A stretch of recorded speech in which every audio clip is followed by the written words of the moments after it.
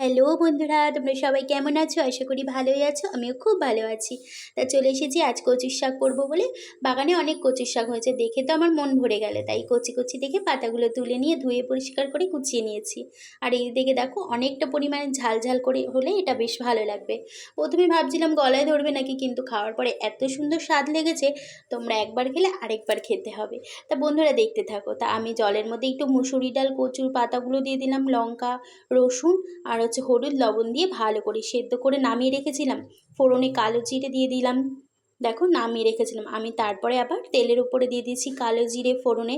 তারপরে একটু থেতলিয়ে রাখা রসুন আর লঙ্কাটা দিয়ে ভালো করে নাড়াচাড়া করার পর একটু সামান্য স্বাদ মতন চিনি দিয়ে নাড়াচাড়া করলাম।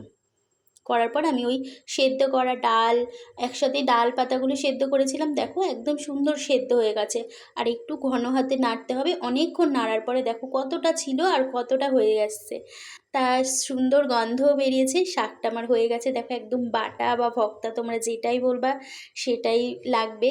খেতেও হয়েছে দারুণ। তা বন্ধুরা, গরম গরম ভাত রেডি করে ফেলো আর এই কচু পাতার শাক তোমরা খেয়ে দেখবে কেমন লাগলো।